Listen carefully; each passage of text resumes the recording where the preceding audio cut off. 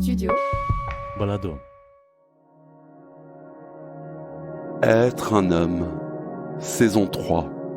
Un podcast qui donne la parole à des garçons homosexuels, des histoires intimes, à la première personne du singulier. Épisode 1. Le père d'Antoine.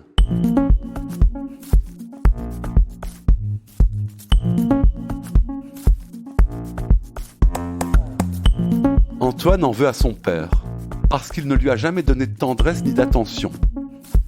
Antoine a souffert de ne pas être regardé et validé par son père. Antoine a ensuite passé beaucoup de temps à chercher l'amour de personnes qui n'en avaient rien à faire de lui. Alors, qu'est-ce que nos pères nous transmettent comme modèle pour être un homme ? Antoine a 37 ans et il se définit comme queer. Il est de corpulence maigre, son visage est long aux traits coupants. Il a des cheveux mi-longs bouclés et blonds, un regard bleu perçant, et il dit qu'il est féminin. Être un homme, Michel-Ange Vinti.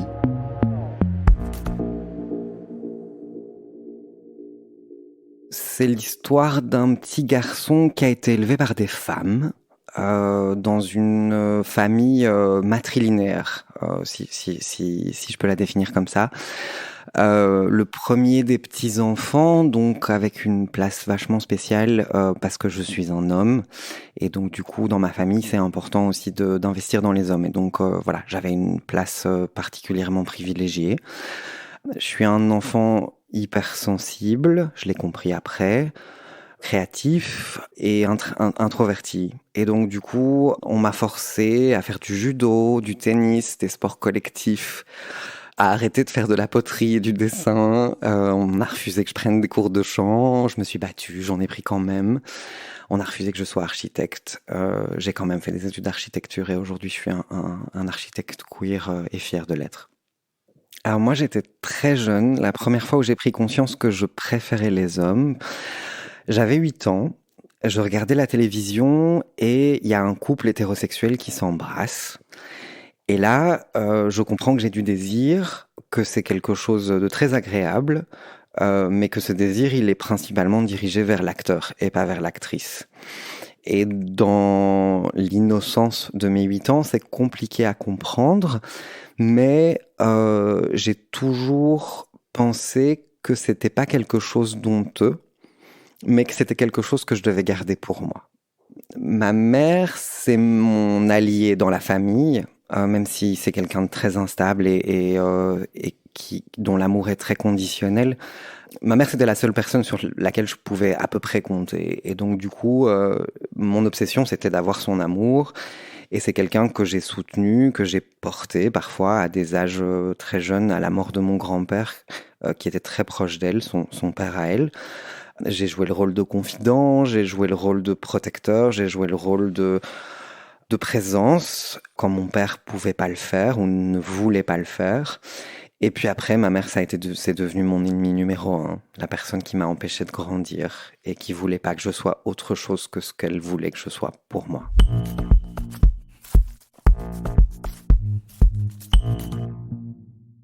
Et ton père ? Avec ma sœur, on a un personnage. Mon père, c'est le cosmonaute qui est dans une station orbitale, mais qui est parti en mission hors de la station orbitale. Donc, il est retenu par un fil qui lui apporte de l'oxygène et je ne sais quoi d'autre. Mais la radio est coupée. Et donc, du coup, ce type est en gravitation autour de je ne sais quel astre. Nous, on est sur Terre, on essaie de le joindre, mais il n'y a pas moyen, il n'y a jamais eu moyen de le joindre. Et il tourne, comme ça, avec beaucoup de légèreté et parfois des répercussions assez dramatiques sur notre famille, mais il n'est pas joignable. C'est un cosmonaute. Voilà, j'ai pas d'autre image pour le qualifier. Moi, jusqu'à un âge autour de 12-13 ans, le modèle d'une relation hétérosexuelle qui forme une famille, c'était mon père et ma mère. Et j'ai compris tard, avec beaucoup de stupéfaction, qu'en fait, les pères pouvaient être tendres, pouvaient être présents, pouvaient partager des activités avec leurs enfants, pouvaient se montrer patients et magnanimes quand les enfants faisaient des conneries, prenaient soin de leur famille, de leurs femmes, contribuaient, et non pas seulement financièrement, en rentrant tard le soir et en passant les week-ends à dormir, juste contribuer à la charge émotionnelle, à la qualité de vie dans une famille, en jouant un rôle à chaque fois différent chez chacun de mes familles d'amis, hein, mais et en fait, les conséquences d'un cosmonaute dans une vie à 4, dans une famille classique hétérosexuelle des années 90, c'est qu'en fait, le modèle masculin que moi j'ai eu dans ma vie, c'est quelqu'un qui s'apparente à un robot, un zombie. C'est difficile, c'est quelqu'un qui est privé d'une dimension presque transcendante dans la vie, quelqu'un qui performe un rôle qu'on lui a demandé de jouer, et le reste, c'est vraiment de trop. Et donc, c'était un père mutique? Non, il avait des accès de colère. C'était pas du tout un père mutique. C'était un père absent, dans le sens où, en tant qu'enfant, on s'est toujours senti en trop. C'est-à-dire que dans nos jeux d'enfants, on dérangeait, parce qu'on faisait du bruit, parce que on avait des remarques stupides par rapport à des reportages télévisés, ou parce qu'on posait des questions, simplement. On était des enfants. Donc on devait s'exiler dans d'autres pièces de la maison, mais par contre dans des contextes de promiscuité, en vacances, dans des locations, etc., il pouvait avoir des accès de colère terribles parce que incapable de gérer la communication de ce qui lui va, de ce qui lui va pas, de ce qu'il attend, et donc beaucoup d'agressivité et beaucoup de mépris en fait pour les gens autour de lui. Vous écoutez Être un homme, Studio Balado.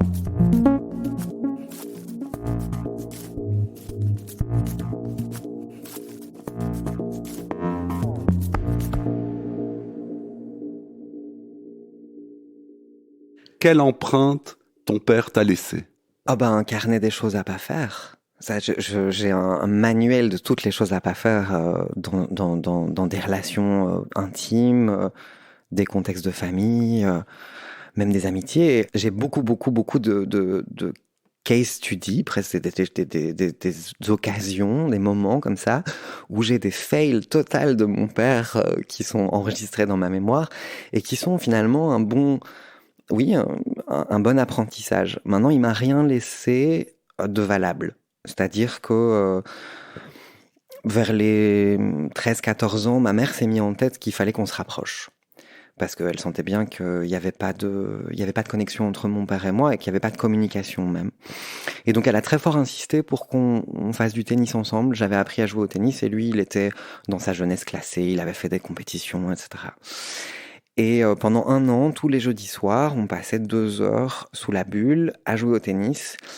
Et je pense que la majorité des traumatismes de ma vie naissent de ces événements où jamais une seule fois j'ai reçu un encouragement, où chacun de mes mouvements, chacune de mes actions était critiqué, rabaissé. Dans la voiture, pour aller jusqu'au terrain de tennis ou pour en revenir, j'avais pas un mot. On se construit une image complètement détériorée de soi-même. C'est-à-dire que je reviens à la question du modèle, en fait. Quand on n'a pas d'autre modèle, et je viens d'une famille dirigée par des femmes, donc j'ai pas beaucoup d'autres modèles masculins que mon père. Et quand un modèle fait autant de dégâts, c'est très très très difficile de se construire en tant qu'homme. Parce qu'en fait, ce qu'on voit à la télévision ou dans les médias dans les années 90, c'est une vision très simplifiée de la masculinité. C'est les Rambo, c'est les Terminator, c'est des trucs complètement stupides qui m'ont jamais vraiment impressionné et sur lesquels j'ai jamais vraiment réussi à accrocher. Et donc moi, j'avais cette personne manquant totalement d'empathie et pas du tout dans la transmission. Et donc oui, l'empreinte qu'il m'a laissée, c'est le vide, c'est la trace dans le sable, c'est tout ce que je ne veux pas faire et que j'ai combattu et que j'ai essayé de faire différemment. Quand tu parles de vide, c'est donc pas de tendresse, pas d'attention? Non, pas de tendresse, pas d'intention. Dans les moments de tristesse intense, comme quand on est adolescent et quand on se sent perdu et qu'on n'a pas de repères, on peut parfois sombrer dans des états très Oui, très dépressif et c'est quelque chose qu'il a toujours ignoré et je pense très volontairement. Est-ce que ça a eu des répercussions sur ta vie amoureuse ou affective? Tellement. J'ai passé beaucoup de temps à chercher l'amour de personnes qui n'en avaient absolument rien à faire de moi. Et ça a été des grands traumatismes amoureux. Et heureusement, ma vie amoureuse a été aussi pavée de gens qui m'ont aimé sincèrement, hein. Je suis pas en train de faire une généralité, mais à plein de moments, quand je me sentais vulnérable dans ma vie, il a été question, en effet, de me battre pour essayer d'être reconnu envers des gens qui me traitaient comme un moins que rien. Et ça me passionnait. J'avais l'impression d'enfin avoir accès à une équation que j'arrivais pas à résoudre. J'ai écrit à mon père en 2017. On s'était pas vu depuis 7 ans, on s'était pas parlé au téléphone pendant 7 ans. On devait se voir pour les 65 ans de mariage de mes grands-parents et ils y tenaient absolument. Et je me suis dit, je peux pas arriver à cet événement de famille parce qu'en fait, on va se dire bonjour et il va faire comme si de rien n'était. Et 7 ans, c'est long quand même. Donc je lui ai écrit une lettre parce que c'était le moment où je me questionnais sur mon désir d'enfant et du coup, me revenaient énormément de choses de mon passé avec lui et de la relation d'enfant et de parents qu'on avait eu ensemble. Et donc je lui ai écrit et dans toute ma lettre, il y a une question qui est sans réponse et qui est toujours sans réponse aujourd'hui, mais qu'est-ce que je t'ai fait? Qu'est-ce que je t'ai fait pour que tu me traites comme ça? Qu'est-ce qui en moi était si désagréable, si déroutant, si dégoûtant pour que tu me traites comme ça? Et j'ai toujours pas de réponse aujourd'hui. Et dans mes relations amoureuses, il y avait cette quête qui aujourd'hui est terminée et on en guérit, de prouver à des hommes qui ne m'aimaient pas qu'ils pouvaient m'aimer.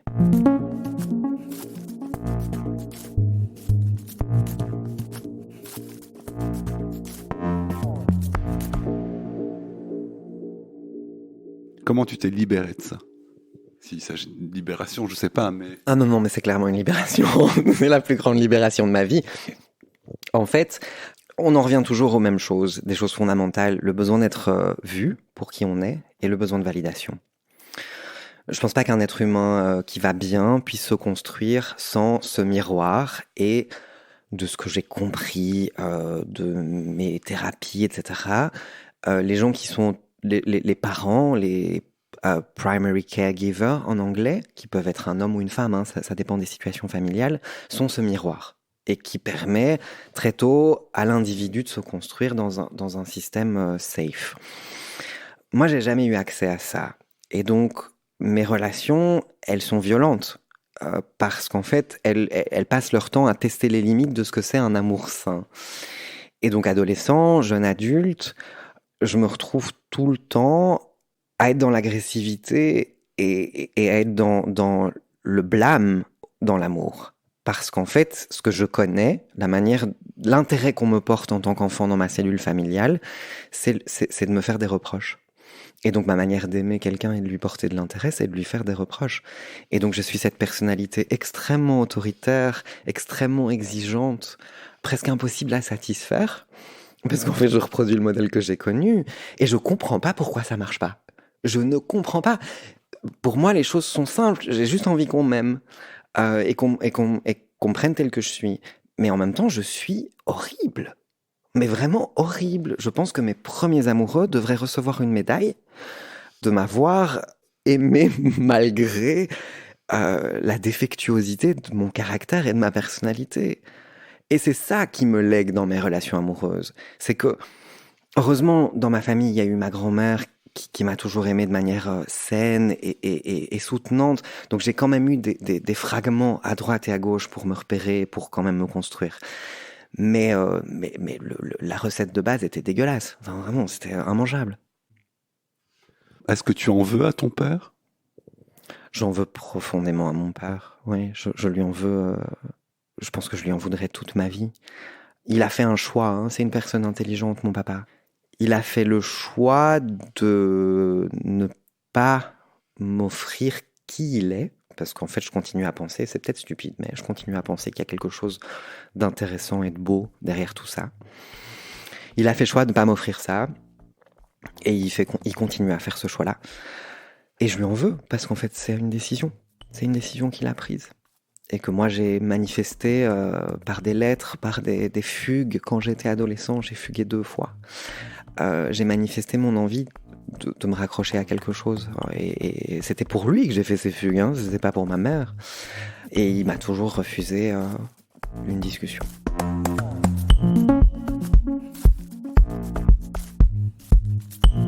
Être un homme est un podcast documentaire de Michel-Ange Vinti produit par le studio Balado.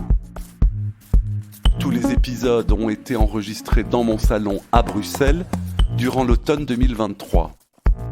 Équipe de production David Federman, Clément Berman, Géraldine Jonkers, Julien Barbier, Jérôme Casanova et Adrien Nazelli. Être un homme est un podcast indépendant et gratuit. Pour le soutenir, vous pouvez vous abonner sur votre plateforme d'écoute préférée, laisser un commentaire ou des étoiles, le partager sur les réseaux sociaux ou faire un don, même minime, via le lien buymeacoffee.com/être un homme en un mot. Être un homme, c'est aussi une communauté WhatsApp. Contactez-moi sur Instagram pour plus d'infos. Merci infiniment pour votre écoute. À bientôt.